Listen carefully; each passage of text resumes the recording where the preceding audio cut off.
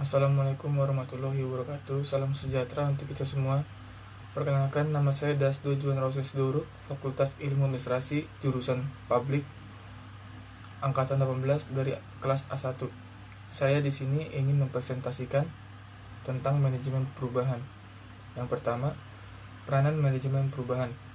Manajemen perubahan adalah suatu upaya yang dilakukan manajemen guna melakukan perubahan berencana dengan menggunakan jasa atau kerjasama dengan intervenis dan konsultan.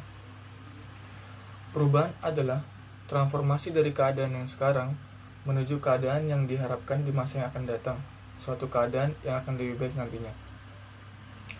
Konsep-konsep manajemen perubahan. Konsep-konsep manajemen perubahan ada dua, yaitu perubahan yang sifatnya gradual, inkremental, dan yang terfokuskan secara khusus. Contohnya, penerapan penggunaan kertas bekas, hemat listrik dengan penerapan alat baru, atau standar operasi prosedur yang baru dalam perusahaan. Yang kedua adalah perubahan yang bersifat revolusioner dan juga bersifat mendadak, drastis, dan mencakup untuk meningkatkan efektivitas bekerjanya suatu organisasi. Contohnya seperti re-engineering, restrukturisasi, dan inovasi. Tipe-tipe perubahan. Tipe perubahan ada 3, yaitu perubahan rutin, di mana telah direncanakan dan dibangun melalui proses organisasi. Yang kedua, ada perubahan peningkatan, yang telah mencakup keuntungan atau nilai yang telah dicapai organisasi.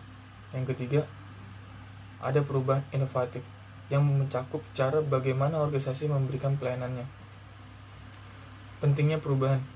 Menurut John Taylor, salah seorang petinggi di perusahaan otomotif raksasa General Motors, perubahan tidaklah mudah untuk dilakukan. Dalam melakukan perubahan diperlukan keberanian, imajinasi, dan komitmen. Faktor pendorong perubahan. Terminologi mengandung bahwa kebutuhan akan perubahan lebih bersifat faktor internal organisasi, sedangkan kekuatan untuk perubahan dapat bersumber dari faktor internal dan eksternal. Antara lain seperti yang pertama, kebutuhan perubahan Hussey.